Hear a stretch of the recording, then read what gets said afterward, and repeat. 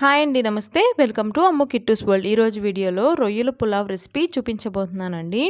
బిర్యానీస్కి ఏమాత్రం టేస్ట్ తగ్గకుండా అంత చాలా బాగుంటుందండి ఈ రొయ్యల పులావు. ఎప్పుడైనా మీరు ట్రై చేయకపోతే తప్పకుండా ట్రై చేయండి. మరి ఎవరైనా కూడా సింపుల్గా చేసేలాగా ఎలా చేయాలో చూసేద్దాం పదండి. ఇక్కడ నేను 1 కేజీ రొయ్యల్ని ఇలాగా శుభ్రం చేసి పక్కన పెట్టుకున్నానండి. అలాగే ఈ పులావ్ కోసం ఇలాగా హోల్ బిర్యానీ మసాలా తీసుకోవాలండి. వీటిని ఇలాగే వేయకుండా ముందుగా ఒక ప్యాన్ తీసుకొని 4 ఎండుమిరపకాయలు అలాగే ఈ దినుసులన్నీ వేసుకొని దోరగా వేయించుకోవాలండి. వేయించుకున్నాక వీటిని మిక్సీ జార్లో వేసుకొని చల్లారాక వేసుకోవాలండి. అప్పుడే ఫైన్ పౌడర్ లాగా వస్తుంది. ఇలాగ మిక్సీ జార్లో వేసుకొని మెత్తగా గ్రైండ్ చేసుకొని పక్కన పెట్టుకోవాలండి. అలాగే 2 స్పూన్ల వరకు అల్లం వెల్లుల్లి పేస్టు, ఇక్కడ కొంచెం కొత్తిమీర, పుదీనా, అలాగే బిర్యానీ మసాలాలు తీసుకోవాలండి. ఇవన్నీ వేయడం వల్ల పులావు మంచి స్పైసీగా ఉంటుందండి. అలాగే 2 పెద్ద ఉల్లిపాయలని, 3 పచ్చిమిరపకాయలు, 1 టమాటా కట్ చేసి పక్కన పెట్టుకోవాలండి. ఇప్పుడు ఒక కడాయి తీసుకొని 1 స్పూన్ వరకు నెయ్యి వేసుకోవాలి. తర్వాత తగినంత ఆయిల్ కూడా వేసుకోవాలండి.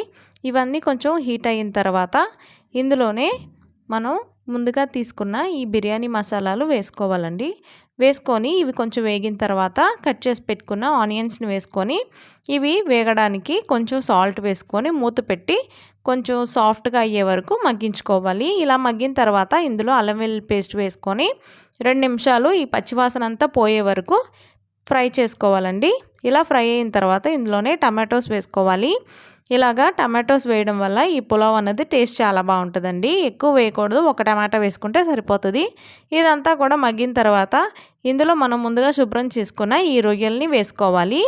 ఈ రొయ్యలన్నీ కూడా వేసుకున్న తర్వాత ఇందులోనే తగినంత ఉప్పు, కొంచెం పసుపు కూడా వేసుకొని అలాగే తగినంత కారం కూడా వేసుకోవాలండి. కారం కొంచెం తక్కువ వేసుకోవాలండి, ఎందుకంటే ఆల్రెడీ స్పైసెస్ అంతా కూడా గ్రైండ్ చేసి పక్కన పెట్టుకున్నాం కదా. అది కూడా వేసినప్పుడు ఎక్కువగా ఘాటుగా లేకుండా ఉంటుందండి. ఇలా వేసుకున్నాక 3 పచ్చిమిరపకాయలు వేసుకొని ఈ వాటర్ అంతా కూడా సగం డ్రై అయ్యే వరకు మూత పెట్టి మగ్గించుకోవాలి. ఇక్కడ నేను 3/4 కేజీ వరకు మామూలు సోనా మసూరి రైసేనండి వాష్ చేసి పక్కన పెట్టుకున్నాను. ఇప్పుడు ఈ సగం వంతు ఈ నీరంతా ఎగిరిపోయిన తర్వాత ఇందులోనే 1 కప్ వరకు పెరుగు వేసుకోవాలండి. పెరుగు కమ్మగా ఉండాలండి, పుల్లని పెరుగు వాడకూడదు. ఇలా వేసిన తర్వాత ఈ వాటర్ అంతా కొంచెం ఈ స్టేజ్లో ఉన్నప్పుడు మూత తీసి ఇందులోనే మనం నానబెట్టుకున్న ఈ బియ్యాన్ని వేసుకోవాలండి. ఈ పులావ్ కోసం చిట్టి ముత్యాల రైస్ కూడా వాడుకోవచ్చండి. నేను ఇక్కడ అందరికీ అవైలబుల్గా ఉండే సోనా మసూరి బియ్యమే వాడుతున్నాను. ఇలాగ బియ్యం వేశాక 1 నిమిషం ఇలా కలుపుకొని ఇందులోనే పుదీనా అలాగే కొత్తిమీర వేసుకోవాలి. మనం ముందుగా గ్రైండ్ చేసి పెట్టుకున్నాం కదా, ఈ పౌడర్ కూడా వేసుకోవాలండి.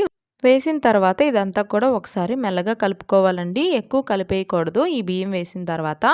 ఇలా కలుపుకున్నాక ఇందులోనే 1 గ్లాసుకు గాను 2 గ్లాసులు వాటర్ పోసుకోవాలండి. ఇదే కొలతతో నేను ఇక్కడ 3 గ్లాసులు బియ్యానికి 6 గ్లాసులు వాటర్ పోసానండి. నేను ఇక్కడ నార్మల్ వాటరే పోసాను, మీరు కావాలంటే వేడి నీళ్ళైనా పోసుకోవచ్చండి.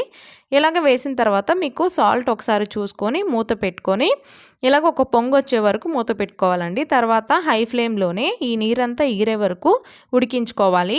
తర్వాత మూత పెట్టుకొని సిమ్లోనే ఒక 10 నిమిషాలు అయితే అన్నం ఉడికిపోతుందండి. ఇలా కొంచెం కొత్తిమీర యాడ్ చేసుకొని మూత పెట్టి ఒక 15 నిమిషాలు వదిలేసేయండి. 15 నిమిషాల తర్వాత ఇంకా రొయ్యల పులావ్ సర్వ్ చేసేసుకోవడమేనండి. చూసారా ఎంత బాగా వచ్చిందో. అంతేనండి, చాలా సింపుల్ ఈ ప్రాసెస్ కూడా. మీరు తప్పకుండా ఎప్పుడు బిర్యానీసే కాకుండా ఒకసారి ఈ రొయ్యల పులావ్ని కూడా ట్రై చేసి మీకు ఎలా అనిపించిందో నాకు కమెంట్ చేయడం అసలు మర్చిపోవద్దు. ఇంకా మన ఛానల్లో వెజ్ పులావ్, ఎగ్ పులావ్స్ అని రెసిపీస్ ఉన్నాయండి. ఎవరైనా చూడకపోతే డిస్క్రిప్షన్లో లింక్స్ ఇస్తాను, ఒకసారి చెక్ చేయండి. అలాగే ఈ వీడియో కనుక మీకు నచ్చినట్లయితే ప్లీజ్ లైక్ చేయండి, షేర్ చేయండి. అలాగే ఛానల్ని సబ్స్క్రైబ్ చేసుకోవడం మాత్రం మర్చిపోకండి.